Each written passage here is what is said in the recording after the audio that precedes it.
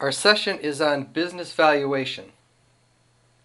In this session, we take the project or business discount rate covered in the previous session and apply it to the valuation of a new business line or project. We cover business or project valuation equation, the business or project discount rate, the business or project cash flows in terms of the cash flow components, measuring cash flows to a valuation horizon, and horizon valuation. Then we calculate total business value, and we review some project or business valuation rules.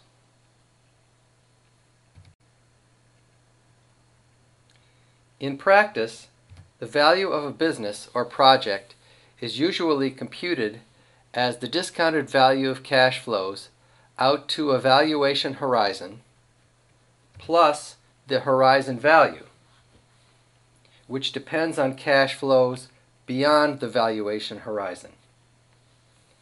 The horizon value is sometimes called the terminal value or salvage value. The value of a business or project can be calculated using the business valuation equation, which is made up of two pieces of a present value calculation. The first is the present value of cash flows from years 1 through H, where H is the valuation horizon. And the second piece is the horizon value, which depends on cash flows beyond the valuation horizon. Present value is calculated using a risk-adjusted discount rate, as we discussed in the previous session.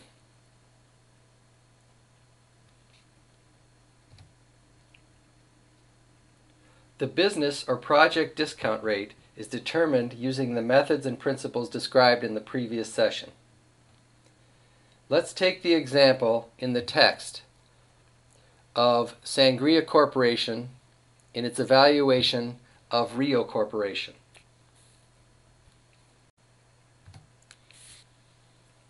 As described in the text, we can use Sangria's discount rate of 9% to evaluate Rio because Rio and Sangria are in the same business. So we'll use a project discount rate of 9%, which reflects Sangria's overall company cost of capital.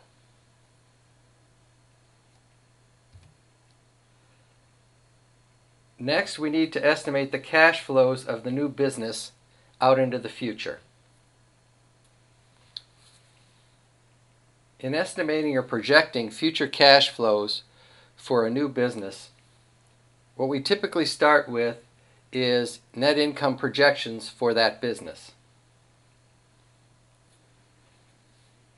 But we need to make several adjustments to net income projections to arrive at cash flow projections. There are three key differences between cash flow projections and net income. The first involves interest expense. Net income is measured after interest expense is subtracted. In contrast, cash flow is measured before interest expense is subtracted. The second key difference arises in the treatment of non-cash expenses such as depreciation and amortization expense. Net income is measured after depreciation expense is subtracted, and cash flow is before depreciation expense is subtracted.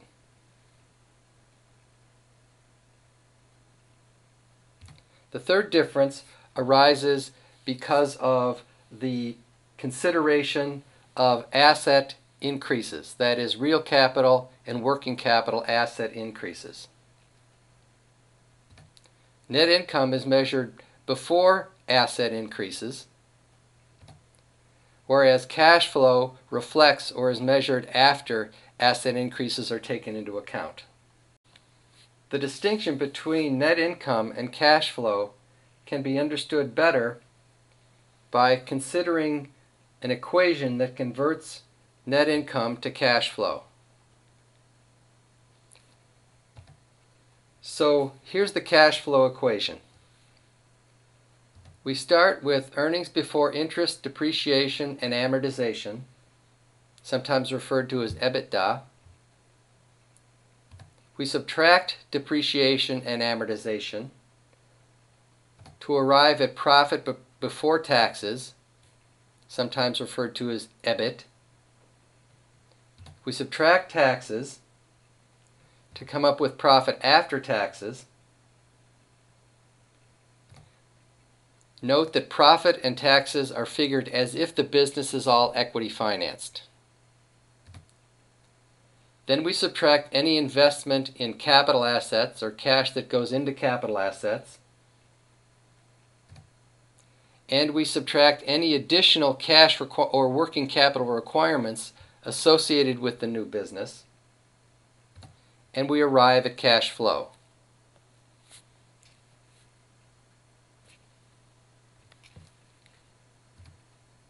In the Rio example, the cash flow in year 1 is 3.5. Now let's see how Rio's cash flow is determined. Here's a new worksheet entitled Sangria Evaluates Rio.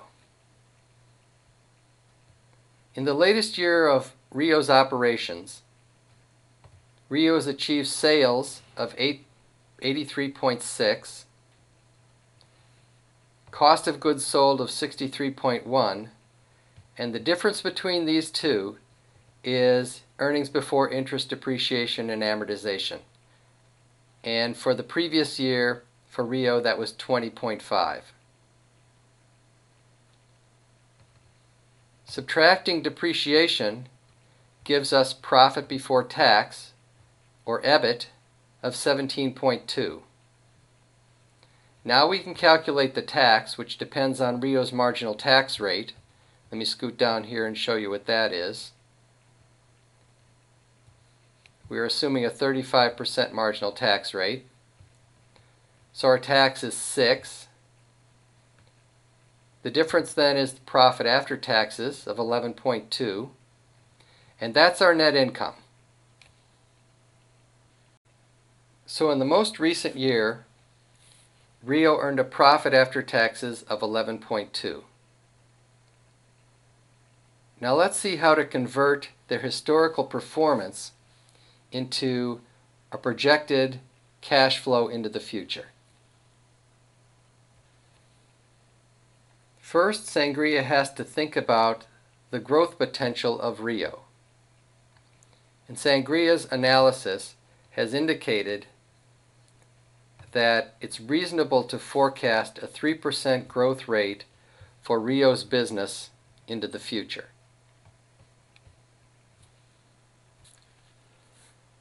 So we can apply the 3% growth forecast to the previous year's sales and cost of goods sold to project next year's forecasted sales and cost of goods sold. So you can see the projected sales for year 1 are equal to the actual sales in year 0 times 1.03. Same calculation has been applied to the cost of goods sold.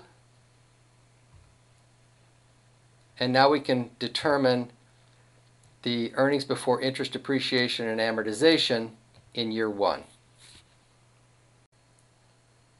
Projected depreciation expense is typically not based directly on the projected growth rate in business. Rather, it's based on a percentage of net fixed assets. Net fixed assets might in turn depend on sales projections, if additional assets are going to be necessary to support increased production. You can see how projected depreciation expense was calculated based on a percentage write-off of net fixed assets.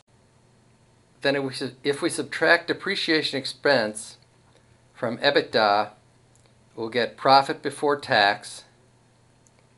Then if we multiply the profit before tax by our 35% tax rate, we'll get our tax bill, subtract that from profit before tax, and give us our projected profit after tax, or projected net income in year one.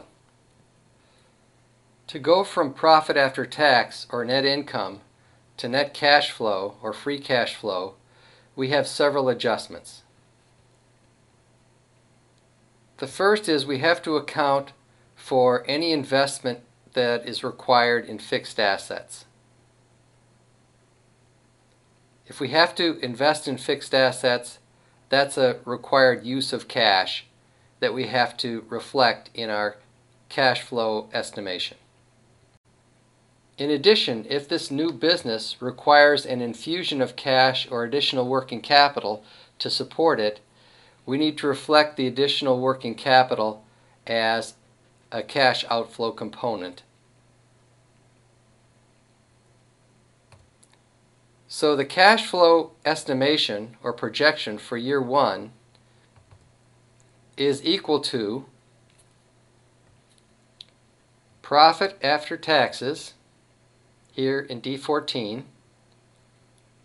plus depreciation expense, here in D11, because depreciation expense is a non-cash expense. Then we're going to want to subtract off the additional cash or working capital requirements associated with the business in D17. And finally, we have to subtract the additional investment in fixed assets that's associated with the project here in D16.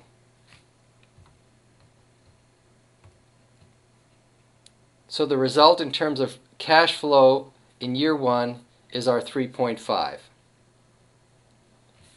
We need to project cash flow for each year from year one out to the valuation horizon in order to enable us to calculate the present value of the business. Once we have a projection of cash flows to our valuation horizon, we can calculate the present value of the business to the valuation horizon using the discounted cash flow method.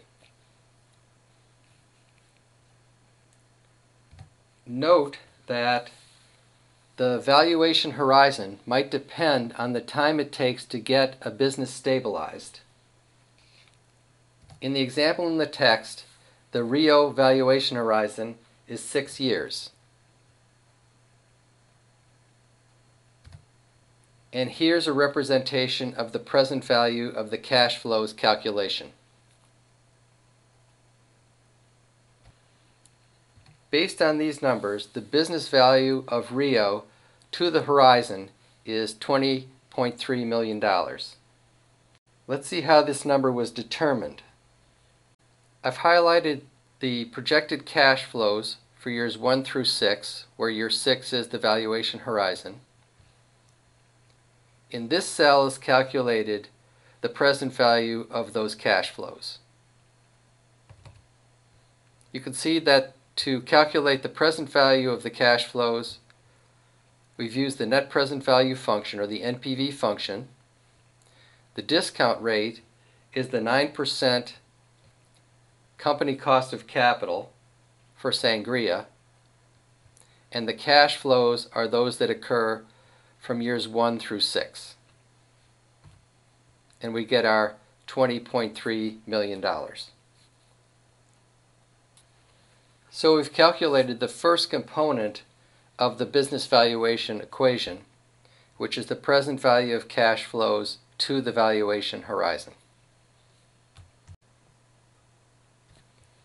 The second component of business valuation, or the business valuation equation, is the calculation of the horizon value. Horizon valuation starts with the determination of the value of the business at the horizon. For this purpose, a business is often assumed to be either a stable going concern or a steadily growing business. To calculate the horizon value for a stable or no growth future, you use the perpetuity formula that we covered in a previous session. In this context, the present value at the horizon of a no-growth firm is equal to the cash flow in the year H plus 1 divided by the discount rate. This calculation gives us the horizon value for a no-growth firm. To determine the horizon value for a business with growth potential, we use the growing perpetuity formula. Here, the present value of a business at horizon is equal to the cash flow in year H plus 1 divided by R minus G, where G is a projected growth rate. This calculation gives us the horizon value for a business with growth potential.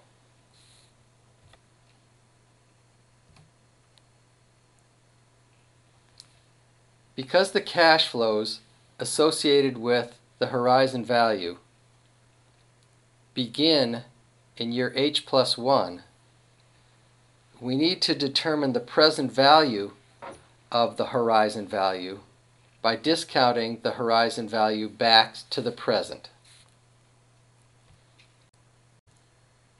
And this calculation gives us the present value of the horizon value. Let's apply horizon valuation to the Rio business. First, we need to calculate the horizon value, which is going to be equal to the cash flow projected in year H plus 1, which in our example is year 7. And we're going to divide that by R minus G.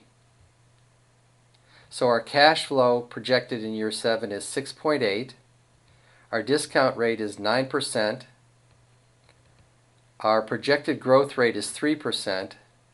So the result is a horizon value of 113.3. Now this horizon value occurs in year 6. So we need to discount this horizon value to determine the present value of the horizon value. And we do that by taking our horizon value and multiplying by 1 divided by 1.09, and the result is a present value of the horizon value of 67.6. Here's how the horizon value is calculated on the Rio valuation spreadsheet. In this cell you can see the calculation of the horizon value, which is shown as the cash flow in year 7 divided by the difference between the discount rate and the growth rate. Here, to get the present value of the horizon value, we divide the horizon value by 1 plus the discount rate raised to the power of 6, which is the valuation horizon.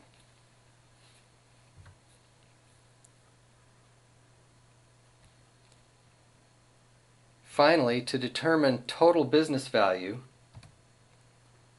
we add the present value of the cash flows to the valuation horizon to the present value of the horizon value. And for the Rio Corporation example, here are the numbers. We found that the present value of cash flows to the valuation horizon was 20.3, and the present value of the horizon value was 67.6, giving us an overall present value of the business of $87.9 million.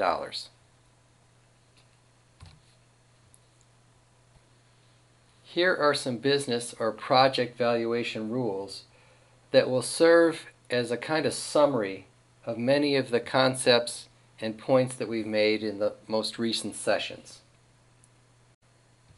First, for project discount rates, you want to use the rate required by investors in the project. Start by determining the company cost of capital. Make sure you adjust for the income tax deductibility of interest expense, and then adjust for any risk differences between the project and the overall business lines of the firm.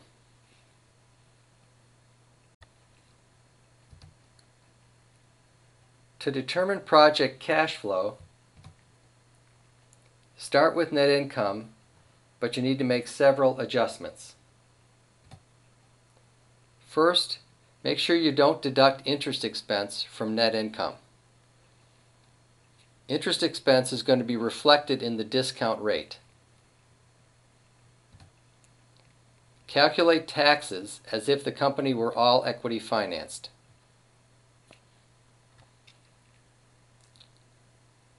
The tax implications of debt are reflected in the discount rate as well. Make sure to add back depreciation expense, which is a non-cash expense. And finally, adjust for any changes or investments in capital assets and working capital.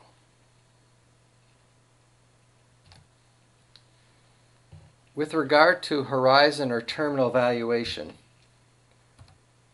note that you actually have a choice. You could forecast cash flows either to the end of the project or to a horizon year. If you forecast cash flows to the end of a project, then there's no need for horizon or terminal value calculation. But if you forecast cash flows to a valuation horizon, then you need to determine the present value of the horizon value. But in so doing, be very careful in estimating a terminal or horizon value, because the horizon value often accounts for the majority of the value of a company or a project.